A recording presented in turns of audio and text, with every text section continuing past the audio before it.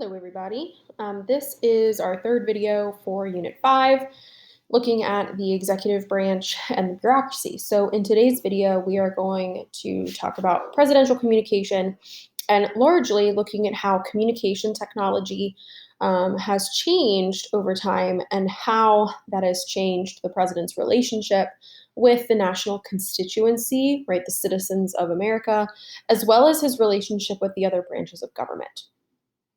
So let's talk about first why uh, presidential communication is so important and what role it plays in the executive branch. So, as chief legislator, remember the president has the power to try and influence the legislative actions of Congress. And the way that the president has attempted to do this has changed over time, right? I mean, think about it this way, right? The president is not only chief legislator, attempting to influence the legislative actions of Congress, but he's also the chief executive, right, the CEO of the executive branch. So technically, he would be the manager, right, who would carry out the policies that Congress, creates. So of course, he wants to try and influence Congress. Now, in a democracy, it is essential to a president's success his ability to communicate with the people of the country and keep a good relationship or a good image in the eyes of the American public. So, one of the phrases that we see quite a bit is, when the president communicates with the people, he's acting as communicator in chief, right? Again, this is not one of our 6 roles of the presidency, but it could be considered one when you look at like chief citizen, for example, right? Because chief citizen is really closely connected with the president's approval rating. And we know already from talking about chief citizen and that approval rating that their approval rating is really important for them to be able to get stuff accomplished. The higher a president's approval rating, the more likely they are to get their agenda passed. And that almost demands that the president has a relationship with the media and that they use it frequently. There is no getting around it. Because they know that if they don't have a good relationship with the press, they don't communicate with the citizenry, their image drops in the eyes of the public. The people could then pressure their congressmen and women to vote against them on bills. They might not be reelected. But then also, their success is also contingent upon them being able to effectively publicize and discuss and persuade, the reasons and benefits for the proposed legislation, being able to convince people that this is what is best for the country itself. Now, the State of the Union is one of the biggest ways that the president communicates, not only with the public, but also with Congress. So remember, this is a formal thing that the president has to do. The Constitution requires the State of the Union to happen.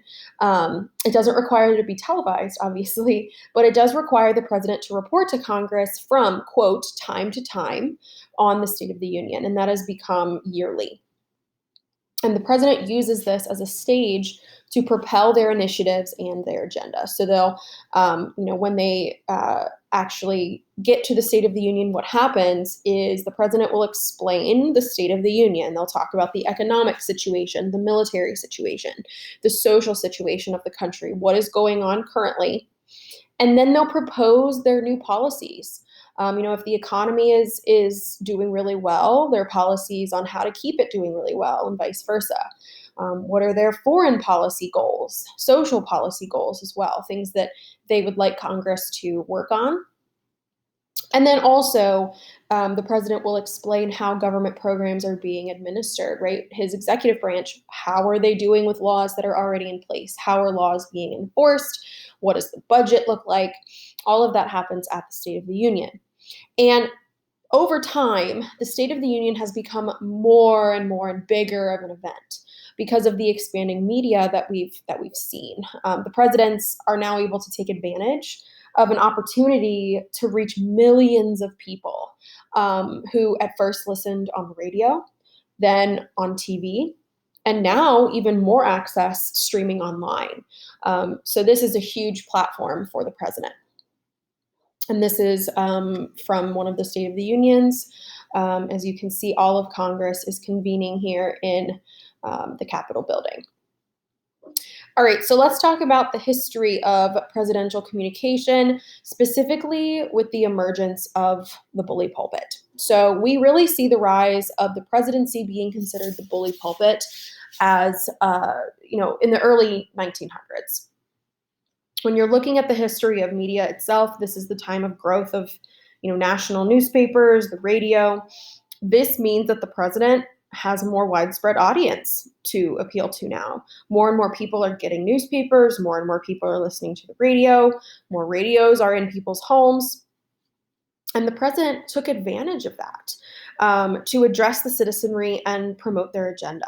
In fact, President Harding was the first on the radio, and that was a big deal for the president to be able to, have that audience pretty quickly.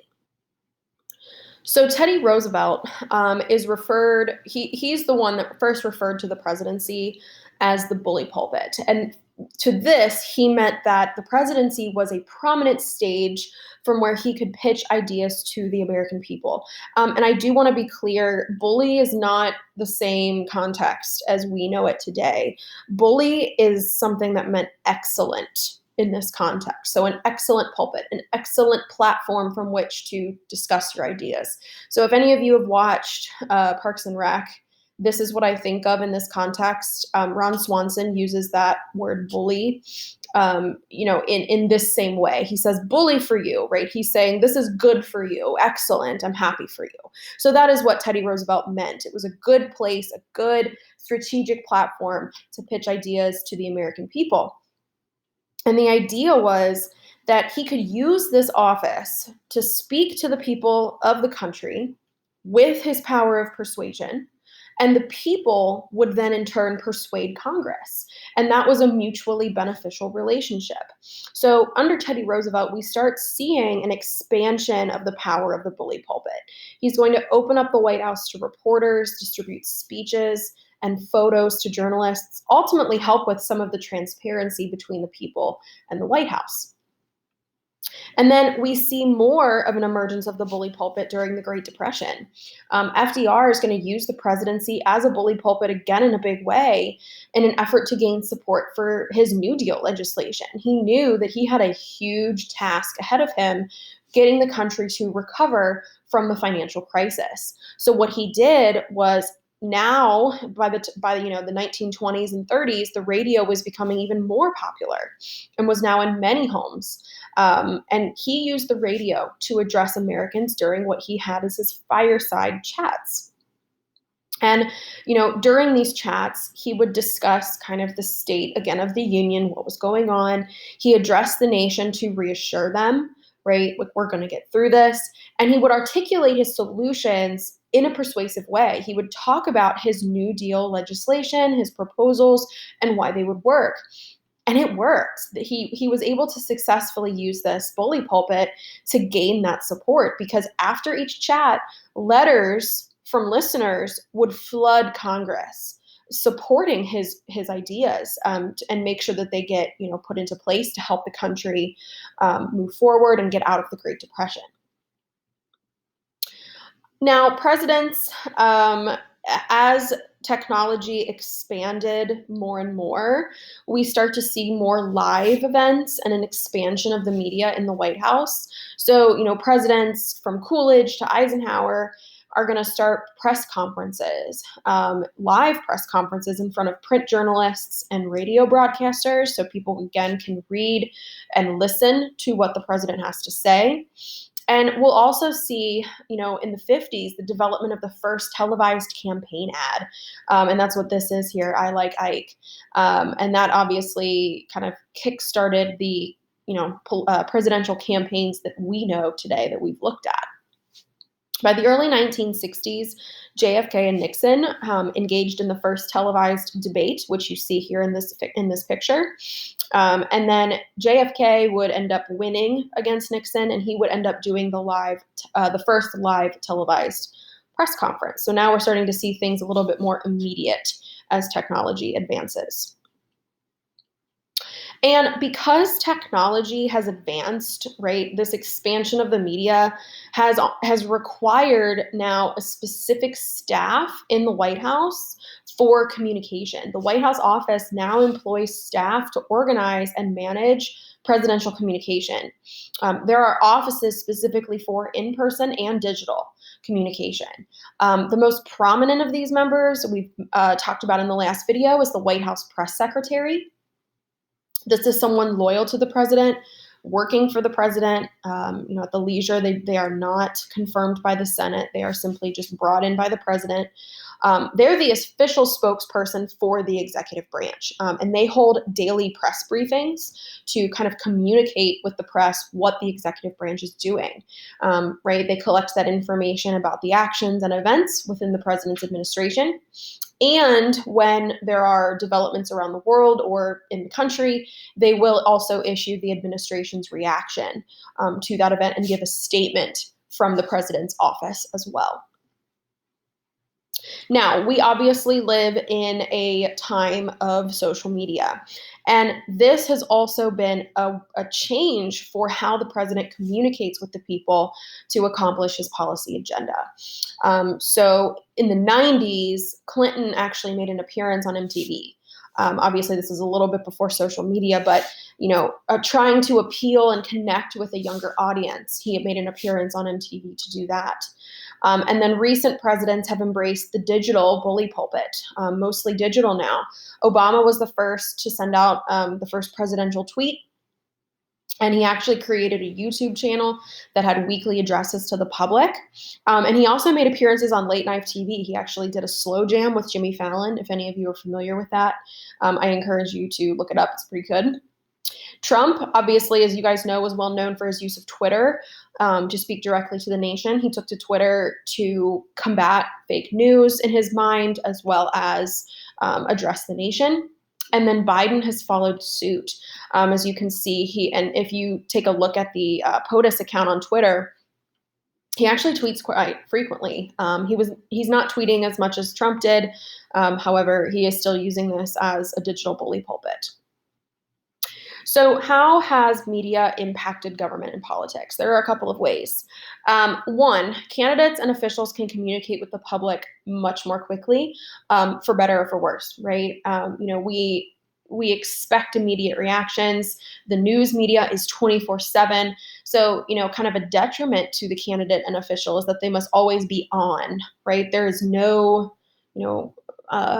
possibility for a misstep or being able to misspeak, right? They always have to be on because of that constant news cycle. And like I mentioned, we also expect now an immediate response. We live in this world of immediate gratification. So we do anticipate the president responding immediately when something happens. Office holders also have social media accounts, as we've seen, and they use those to communicate with their constituents and to see, what are they listening to, what do they care about. So social media, as we've looked at, has definitely become the more modern bully pulpit than the newspapers and radio and TV.